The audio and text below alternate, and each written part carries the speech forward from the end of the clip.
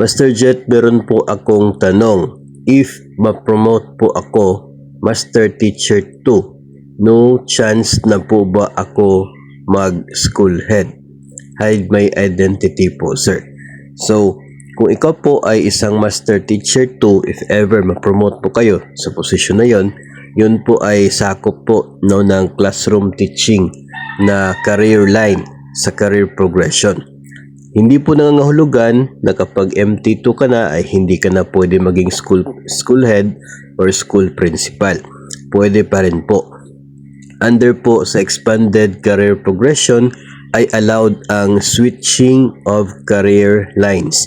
Ito po ay kapag ikaw ay isang classroom teacher na gusto mo mag-apply as school administration career line o kaya ay from school administration, gusto mo sa classroom teaching, allowed po siya, provided that the individual meets all the required qualifications, performance, and professional standards for the position being applied for in the other career line, subject to available guidelines on assessments and existing ratios and deployment parameters. So kung ikaw po ay MT2, classroom teaching, gusto po maging school principal, which is school administration, dapat qualified ka doon sa requirements ng isa pong school principal. Kabilang po dyan ang pagpasa no, sa National Qualification Exam for school heads.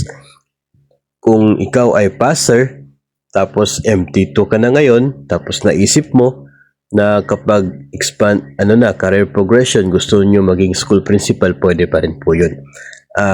The same time, kung ikaw ay school principal na gusto po ninyo na mag-focus na lang sa pagtuturo, coaching and mentoring, pwede po kayo na mag-shift into master teacher. Pwede po, no, provided na complied po no, yung other mga requirements and parameters, katulad na lamang po ng ratio ng teacher to master teacher, no? Dapat pa rin na follow pa rin yung mga basic na mga requirements na yan, and dadaan pa rin po sa proseso yung pag-shift po ninyo ng career line. So allowed naman po, no? Hindi naman nangangahulugan na focus ka na talaga dyan, no? You are still allowed to switch to other career lines kahit nasa career progression na po tayo. So, malinaw po na nakapaloob yan sa mga guidelines na mga orders, issuances ng Department of Education.